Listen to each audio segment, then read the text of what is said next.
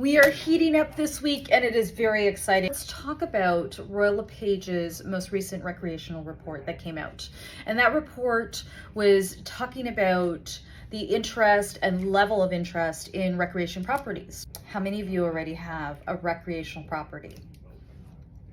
So whether it be a cottage, whether it be a second home, whether it be something that you use on a seasonal basis. Well, Royal LePage also has defined what a recreation property is.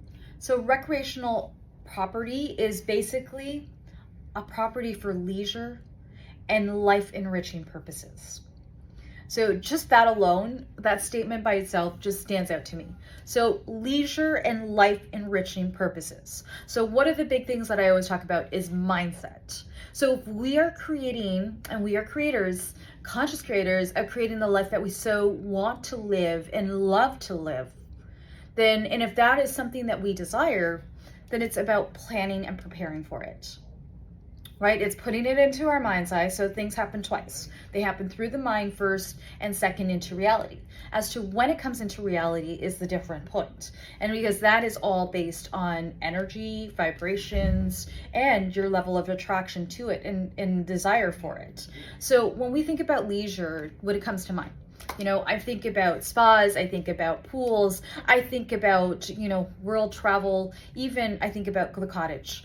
So there's so many aspects that I think about when it comes to recreation and enjoyment, leisure.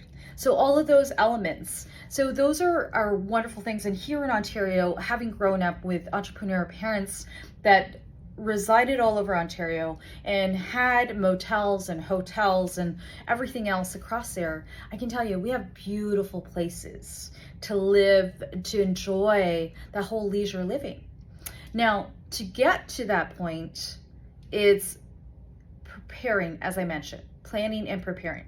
So once we've said, our mind has said, yes, you know what, I would like to be able to purchase a recreational property. Well, what do you need to put down on a recreation property? What's involved? What does that look like? And how far do you want to commute to get to that recreation property? These are all the things we have to think about. And once we get into that process, it's then figuring out what are the price points, all of those things. And the greatest part is I have so many beautiful colleagues across Ontario that will help you and assist you if you are thinking about recreation properties. So this is something to keep in mind. And if you have more questions about it, message us.